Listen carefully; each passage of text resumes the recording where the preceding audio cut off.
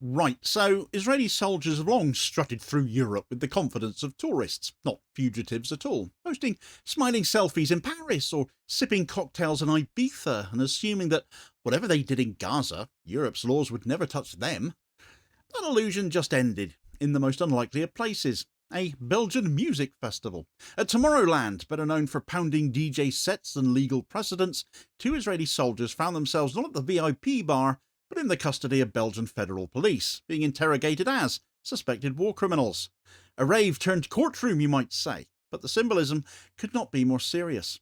Belgium invoked its newly strengthened universal jurisdiction laws. It stretched its new legal muscle, did what no European country had dared to do before. They just made history.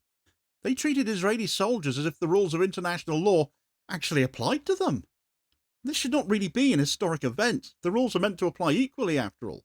But this was also not a full trial, and the men were released soon after.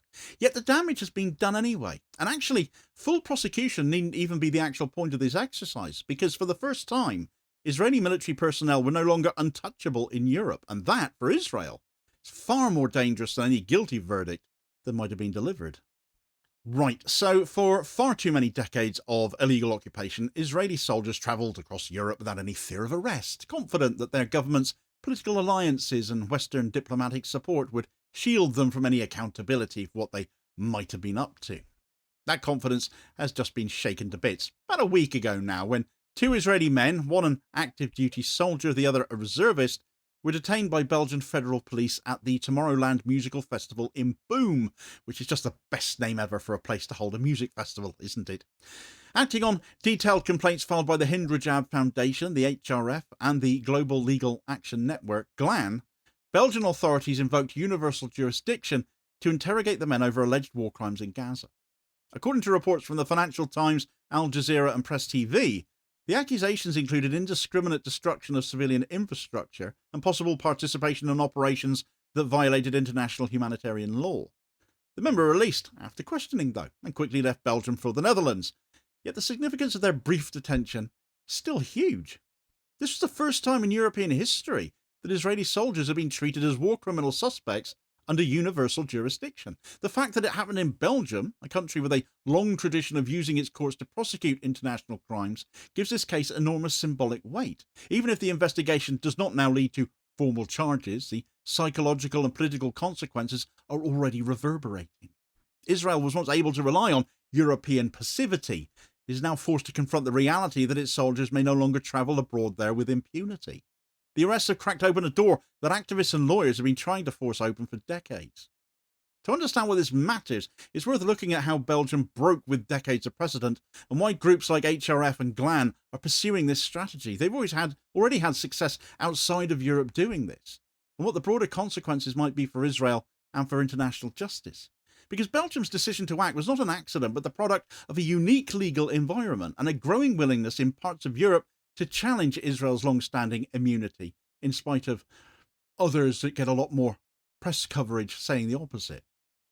Belgium has a history of pioneering universal jurisdiction. Its courts have previously prosecuted Rwandan and Congolese war criminals, although earlier attempts to prosecute high-profile figures, such as the attempt on US President George H.W. Bush over Iraq war crimes, was blocked under political pressure.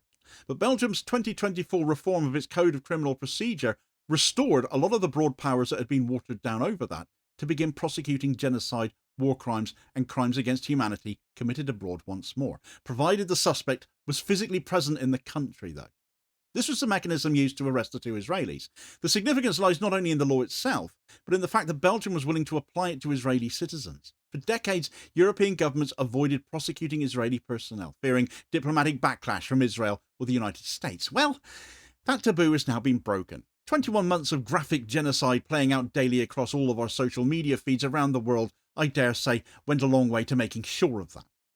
Israel's once unquestioned shield of Western political and mainstream media protection has been subverted. It is no longer absolute.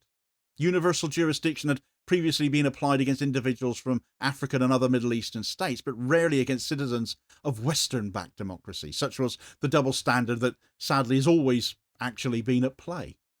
The shift is not merely legal, it's political as well, signalling that at least some European jurisdictions are no longer willing to exempt Israel from the rules applied to others. The details of the case also illustrate how international justice is changing too. Much of the evidence presented to Belgium's prosecutors came from the soldiers' own social media posts. Photos of them posing in bombed-out civilian neighbourhoods, combined with testimony from Palestinian survivors gathered by HRF, formed the basis of the complaints.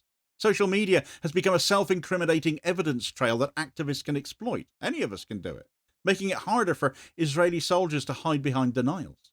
In an era where open-source investigations and satellite imagery are used to build war crimes cases, the Belgian arrests show how digital evidence can translate into real-world legal consequences now. The precedent is also important because it targets rank-and-file soldiers, not just political leaders. It's one thing for the International Criminal Court's investigation into Israeli war crimes to focus on senior officials such as Prime Minister Benjamin Netanyahu and the former Defence Minister Yoav Gallant.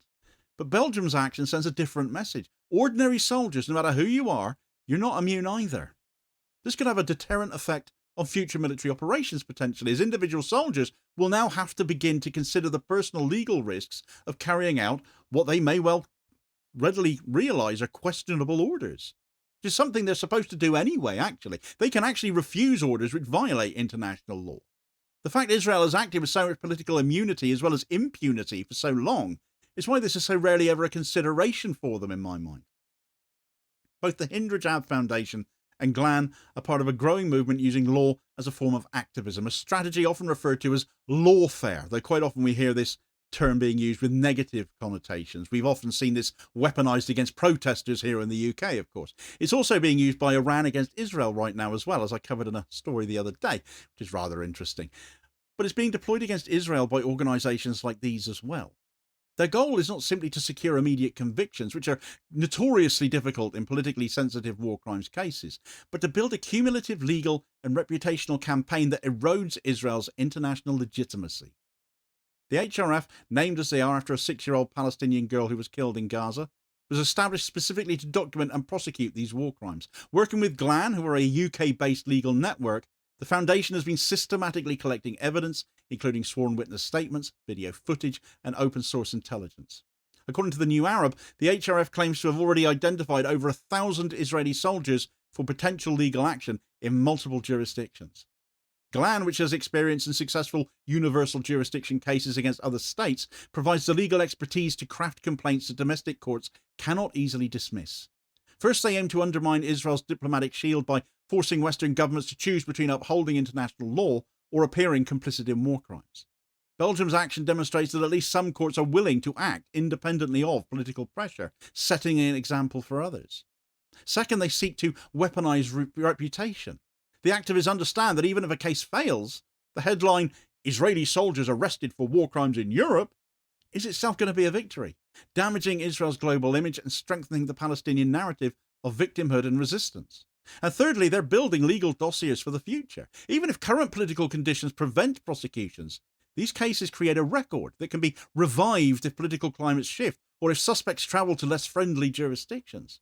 And finally, there's a psychological dimension to all of this as well. By making soldiers fear arrest abroad, these groups hope to deter future abuses and sow doubt within the Israeli military. The response from Israel shows this strategy is working. IDF legal advisors have apparently begun warning soldiers and reservists to scrub their social media profiles and to avoid travel to countries with strong universal jurisdiction laws. Building amongst Israelis a sense of previously unheard of accountability is precisely what HRF and GLAN were aiming for, and still are aiming for. In their view, impunity erodes one precedent at a time.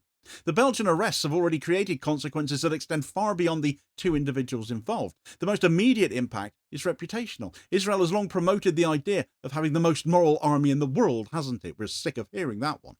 But the image of its soldiers being arrested in Europe for suspected war crimes directly contradicts that narrative. It blows it clean out of the water. And that's on top of all the other numerous examples that might spring to mind after 21 months of watching this genocide play out. Even in Europe, the arrests have generated debate about whether Israel should continue to enjoy diplomatic protection in the face of growing evidence of human rights violations and challenging the views of governments for too long aiding and abetting Israel in whatever they do. But here and now, that is becoming politically more and more untenable. Real consequences must come for complicit governments too. The psychological impact on the IDF is also significant. For the first time, rank-and-file soldiers are being forced to consider that their actions may have personal consequences long after they leave the battlefield. The knowledge that travel abroad could result in arrest or interrogation is now firmly on their minds, given the orders they may have been given.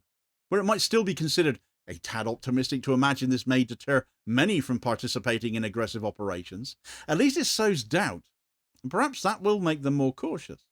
Conversely, it may also create resentment towards commanders who are issuing these orders to them, potentially undermining military cohesion. Diplomatically, the case has placed Israel on the defensive, though. They are not happy bunnies with this. The government is pressuring Belgium to close the investigation, but because the judiciary is independent, political interference is limited there. According to the Washington Center for International Justice, Belgium's move is likely to embolden other countries with similar laws instead, such as Spain, Germany, and even the Netherlands, where those two soldiers scuttled off to. If even a handful of European states begin following Belgium's lead, Israeli soldiers and officials could find themselves effectively trapped within Israel, unable to travel without risk of arrest. Perhaps most damaging of all is the precedent itself, though. Just as Chilean dictator Augusto Pinochet's 1998 arrest in London, despite ultimately being released, signalled the end of an era of unquestioned immunity for former heads of state, the Belgian arrest may be remembered as the moment Israeli soldiers ceased to be untouchable abroad. Symbolism matters in international law because it shapes expectations and it normalises previously unthinkable actions. Belgium's actions are already inspiring activists elsewhere. Spanish lawyers are preparing new complaints, citing Belgium as precedent. German NGOs are gathering evidence for similar cases, pointing to Germany's own history of prosecuting Syrian war criminals under universal jurisdiction. In the Netherlands, where the two soldiers headed off to, activists are lobbying prosecutors to open an investigation there too. South Africa, which has already taken Israel to the International Court of Justice over accusations of genocide, of course, is now exploring domestic prosecutions under its own universal jurisdiction framework. The HRF and GLAN are coordinating with lawyers and NGOs across these jurisdictions and more, creating what amounts to a global legal siege of Israel. Their goal is to make international travel so risky for Israeli soldiers and officials that they become virtual prisoners within their own country, to effectively make them feel like what it must have been like to live in Gaza for the last 20 years. Even if few cases result in convictions, the fear of arrest alone will be a victory. The strategy mirrors the slow but ultimately effective campaign against apartheid-era South African officials who gradually became isolated and unwelcome abroad. Israel is now fighting a war it cannot easily win, given what it is very much still doing. Its government is expanding legal defence teams to counter universal jurisdiction cases and lobbying European governments to restrict activist influence. But this is once more spending money Israel is rapidly running out of. It's also attempting to reframe the issue as politically motivated lawfare, hoping to rally its Western allies, which would be the height of hypocrisy given how much lawfare many of those allies, many of those leaders have used themselves. But these countermeasures carry risks too. The more Israel protests, the more media attention these cases receive, keeping that narrative alive. Moreover, unlike diplomatic negotiations, independent courts are not easily swayed by political pressure. Belgium's judiciary acted because the law compelled it to, not because of public opinion, and other European courts may follow the same reasoning. So the long-term risks for Israel are really quite serious. If more cases are filed, if soldiers, reservists, even senior officials may avoid travelling to Europe altogether, limiting Israel's diplomatic, military, and economic engagement, they're in trouble. Tech executives and defence contractors could also become targets, complicating trade relationships. The narrative of Israel as a modern Western democracy will be harder to sustain if its personnel are treated internationally like pariahs. The arrest of 2 Israeli soldiers in Belgium will not end Israel's occupation of Palestine or bring immediate justice to Gaza. Of course it won't. But it does mark a turning point in a long struggle against impunity. For the first time, European authorities treated Israeli soldiers as suspected war criminals, breaking a taboo that has protected Israel for decades. The consequences, reputational damage, travel risks, diplomatic fallout, psychological pressure, they are already evident. Activists like those at HRF and GLAN understand that international justice moves slowly, but they also know that every precedent matters. Impunity does not collapse overnight, it erodes one case at a time. For Israeli soldiers booking their next European holiday, the message is therefore very clear. The days of guaranteed immunity are over. So what began as a quiet arrest at a music festival may in time be remembered as the moment Israel's era of untouchable impunity finally came to an end. For more on Iran's use of lawfare against Israel, so often having been used against them by the West, is a delicious case of irony, actually. But get all the details of that story in this video recommendation here as your suggested next watch. Please do also hit like, share and subscribe, if you haven't done so already, of course, so as to ensure you don't miss out on all new daily content, as well as spreading the word and helping to support the channel at the very same time, which is very much appreciated. Holding power to account for ordinary working class people, and I'll hopefully catch you on the next vid. Cheers, folks.